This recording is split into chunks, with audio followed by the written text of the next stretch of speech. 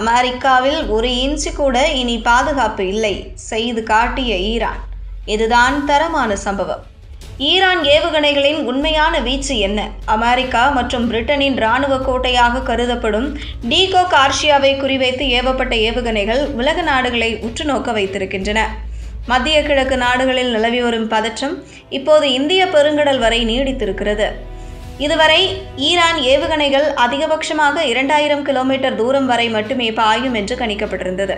ஆனால் சனிக்கிழமை அன்று ஈரான் நடத்திய இந்த துணிச்சலான முயற்சி உலக நாடுகளின் இராணுவ கணக்குகளை தலைகீழாக மாற்றியிருக்கிறது.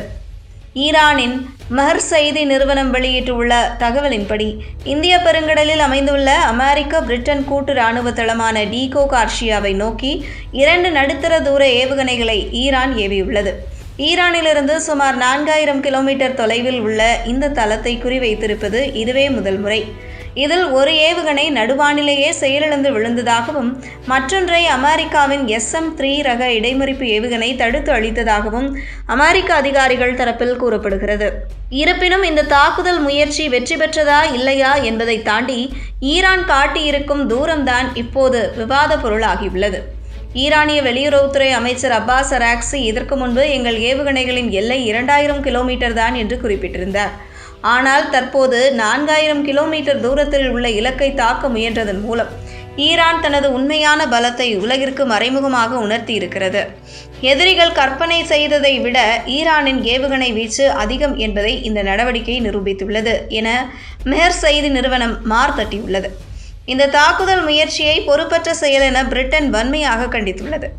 அதே சமயம் பிரிட்டனின் தாமதமான முடிவுகளை அமெரிக்க அதிபர் டொனால்டு ட்ரம்ப் விமர்சித்துள்ளார்.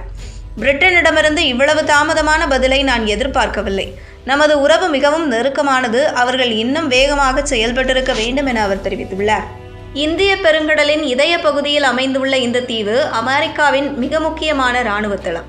இங்கிருந்துதான் பிரம்மாண்ட குண்டுவீச்சு விமானங்கள் மற்றும் உளவு விமானங்கள் இயக்கப்படுகின்றன. இவ்வளவு தொலைவில் உள்ள ஒரு தளத்தை ஈரான் குறிவைத்திருப்பது இனி எந்த அமெரிக்க தளமும் பாதுகாப்பானது அல்ல என்ற அரசியல் செய்தியை உரக்கச் சொல்கிறது.